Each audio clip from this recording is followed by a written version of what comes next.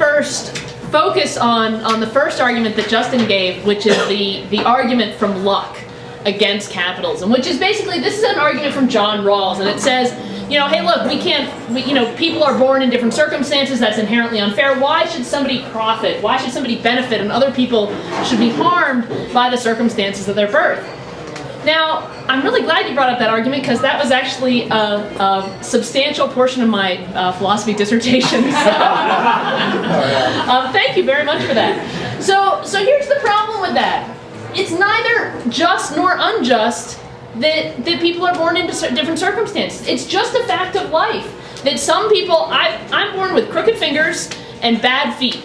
And you know what? Nobody is at fault for that. Nobody is to blame for that. Nobody has treated me unjustly. It's just a fact of nature that my parents had crooked fingers and bad feet, and that's what I got. And similarly, my parents had certain amounts of wealth that they had accumulated. And that's not unjust, or that's not just or unjust. It's just the circumstances that I was born into. But you know what? Here is what's just or unjust. The fact that some people are taking my wealth that I rightly earned and giving it to other people without my permission.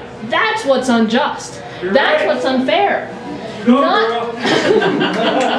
And you know what's also unjust is things like that I have to fill out all these forms, all these regulations just to run a business. That I can't voluntarily sell RE liquor, or I can't do other things. There's all kinds of crazy regulations about that. That I can't speak my mind on political issues without registering with the state and telling the state who has given me funding for that.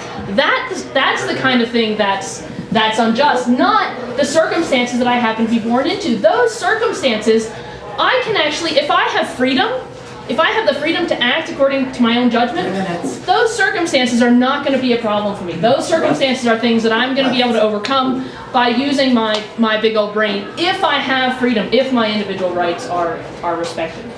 So I think that's what we need to remember about that lottery of birth, as Rawls would call it. And the kind of system that Rawls wants to eliminate that lottery of birth, I should just note, would be the worst totalitarian dictatorship that the world has ever seen. Worse than anything in North Korea, worse than the Soviet Union.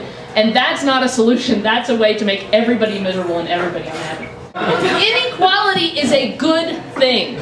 I'm just not just neutral on this. I think it's a good, it's right, it's just, it's proper that there is income and other kinds of inequality. You know what? Some people are more attractive than others, and they're going to have more sex. Some people are more talented than others, and they're going to earn more money. Some people are more farsighted, and they're going to save more and have more in their retirement. These kinds of differences are natural. And frankly, here's one of the things that's good. It's not, because your moral value is not determined by how much money you make. You can be a fabulous person and decide, look, I really want to be in the arts. I want to be a potter. I want to be a pianist. And maybe I'm not going to make a ton of money, but your life can be rich and interesting and fabulous. And one of the ways that one of the reasons why you have the power to do that, to pursue your own dream, is because you are living in, at least today, a somewhat free market economy where we are allowed to choose our profession, where other people, let's say a spouse, can earn more money and help support you. If we were in an egalitarian society, that would not be possible, and those are some of the benefits that income inequality and the free markets bring.